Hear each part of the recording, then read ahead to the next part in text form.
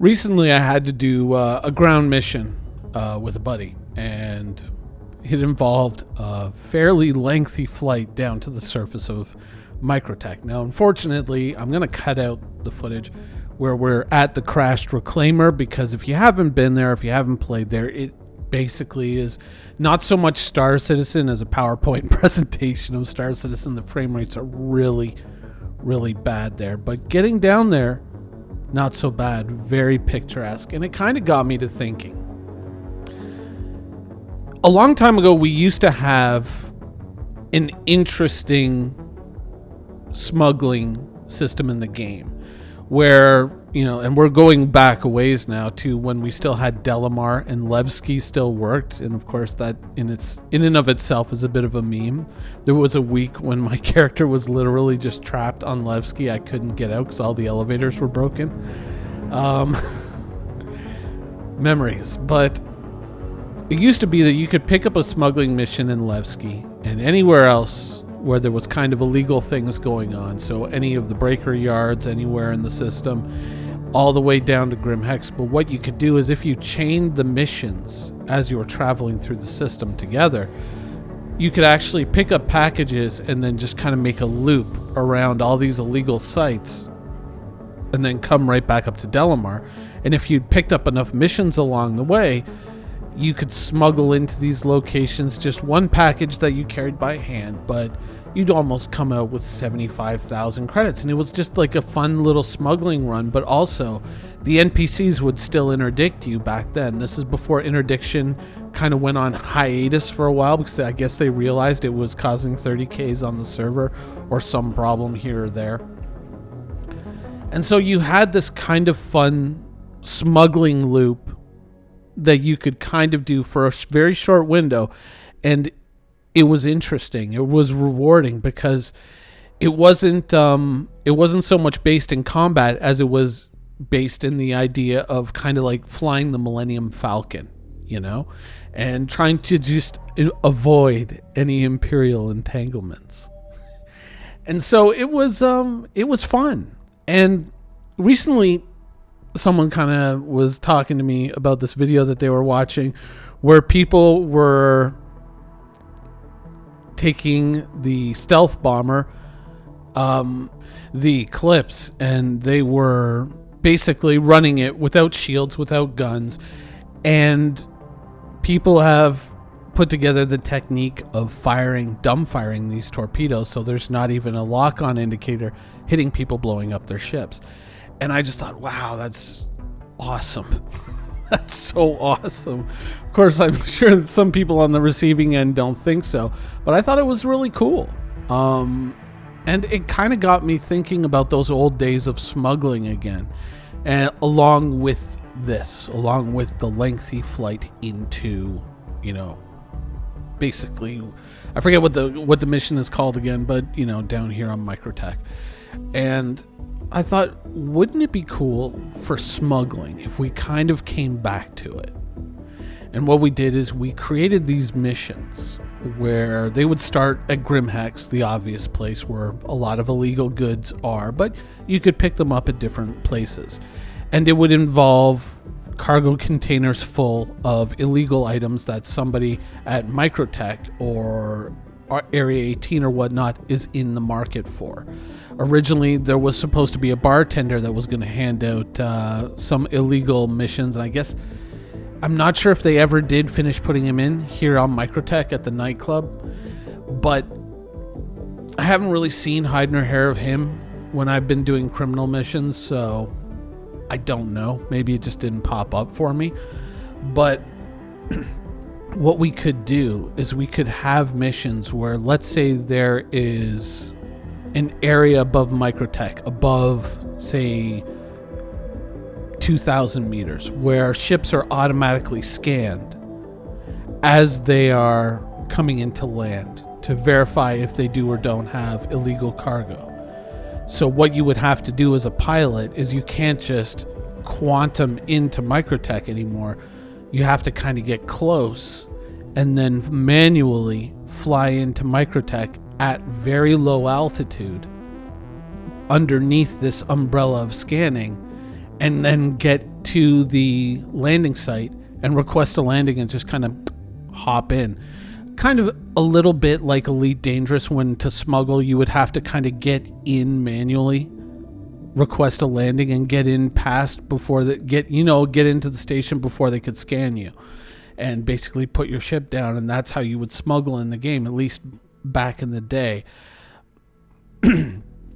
But I was thinking about this. I was thinking that would be really interesting and really fun, but another element to it, another area where you could kind of make some interesting fun for other players who are maybe not involved in smuggling, who are on the law-abiding side, is you could make it so that they would be able to scan ships as they're coming in. And let's say it takes about a minute to complete the scan, so they would have to kind of get up close to a ship, lock onto it, and then hit a keybind. The scanning starts, and while they're doing that, they're trying to kind of keep close to the ship to keep the scan going at maximum efficiency. And the whole idea is it's a bit of a race to see if you can get in and get landed, doors seal over you, boom, you're done, you're safe. But if this person does scan you and catches your illegal cargo, they get paid for every ship that they scan, plus if they catch illegal cargo. So they're earning rep with the law enforcement while you're earning rep with the criminal band as you're getting this stuff in there.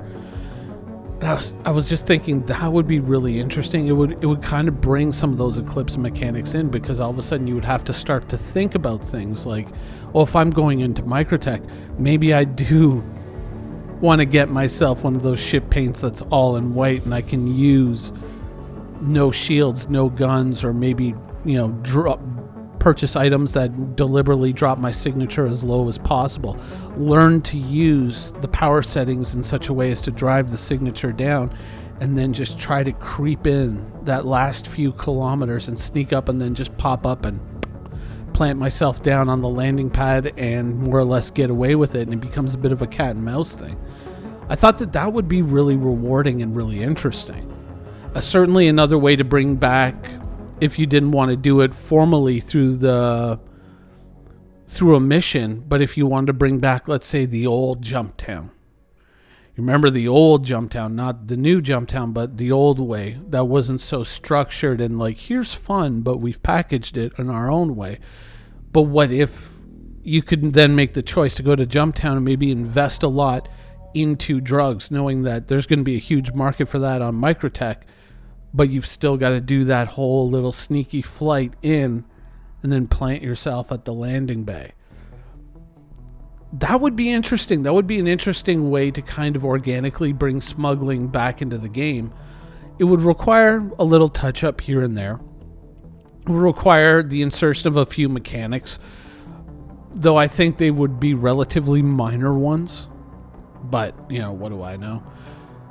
And I think that we could forego the usual UIs for maybe a little bit, something just a little bit rough cut, and we can kind of go from there.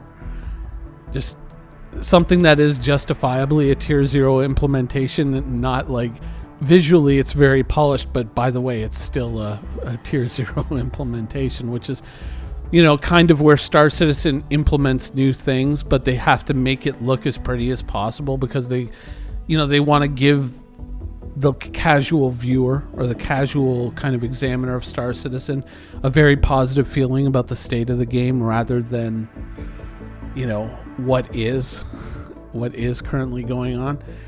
And so I think that if we kind of forego that usual attempt to kind of polish things up and we go really rough cut, we can kind of bring something like that into the game. And I think that would be much more interesting where smuggling is concerned than what we currently have, which is little to nothing. One of Star Citizen's biggest problems, in my opinion, something that we've talked about many times, and you know what, it's fair to say in just about everybody's opinion, is the lack of gameplay loops. Mining is something that CIG has put a fair amount of effort behind. When you think about refinery stations, mining ore, all the different drill bit, or not really drill bit, but laser heads that you can get, all the different modifiers that you can put on an asteroid, all these things that they've implemented into mining. And they've actually gone fairly decently ahead with mining. But all these other careers have just kind of really gone nowhere, or only gotten very minor touch-ups. And in my mind, a lot of what's holding that back is this, well, we can do it, but we have to put in a UI. We need a user interface. And I think that that's probably something that kind of holds a lot of these potential features back, is that, oh yeah, but we need to design a UI to go with it. And I think that it might be a time to kind of step back and ask the question, do we really? Whenever somebody in Star Citizen complains about the state of the game, says, oh, this is terrible, oh, I keep getting crashed, oh, I don't like this texture's flickering, or whatever, you always see the excuse go up in local chat, and it's just, well, it's a pre-alpha, or in some people's minds it's a beta, which it isn't, but it's a pre-alpha. It's not a finished product, it's early access. What are you talking about? Yeah, it is. All of this is early access. So, when we create these UIs, whether it's a store or it's altering the configuration of your ship or any of this stuff, we put a lot of false polish on these things, knowing full well that as they're designed, they really don't function well with what we're ultimately trying to achieve, and they don't reflect hours and hours and hours of testing in the general population to kind of produce a much more refined product before we go and we add all this polish to it. In a way, we kind of polish it before we finish building it. It's kind of like, it's like you paint all the pieces of the model and then you kind of glue it together and then go, oh, wait, I made a mistake. Oh, I should have done this. I should have done that. It's a strange thing, And so I think that we can maybe start asking the question, is it not time to step back from that tactic or that approach and maybe look at getting it in rough and ready, letting players, mess around with it, and then stepping back and saying, okay, this is actually what we want. This is how we want it to look. This is what's most functional with the game. And then creating a more refined UI once we know what we really need to implement.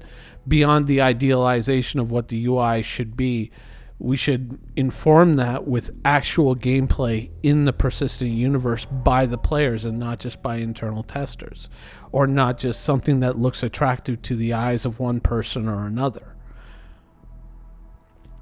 There's a lot of interesting things that seem like a lot of interesting careers in Star Citizen that seem like they would be fairly easy to implement if we kind of took this approach and we just said, we'll do a refined UI later.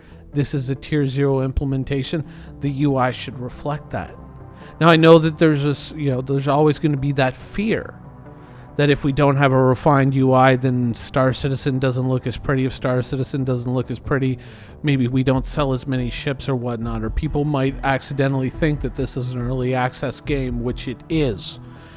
And I think the state of Star Citizen and the difficulties that Star Citizen is going through, that cat's out of the bag. And that cat's been out of the bag for years. And so I think we don't have to really be so afraid of the air quotes secret getting out, because it is and has been out for many years. And maybe it's time to just kind of bite that bullet, step back, and just say, okay, let's just make this work first, give it to the players, let them bang around with it for a while, and then once that UI team becomes available, once Squadron 42 is out the door, then we start looking at it and saying, now that we have all this gameplay, how do we polish all this up? Instead of implementing UIs and systems like this that are really at face value, they're pretty, but ultimately, in terms of functionality, they're actually quite poor. And there are games that are, in some cases, almost 20 years old that have better personal inventory management systems, not as pretty, but vastly more functional than Star Citizens is. But, that, once again, my opinion. Anyways, I hope you guys enjoyed the show, and thanks for watching. Thank you for watching. So if you want to keep up with the latest and greatest in Star Citizen and Squadron 42's development, please follow us on our social media channels. See you soon.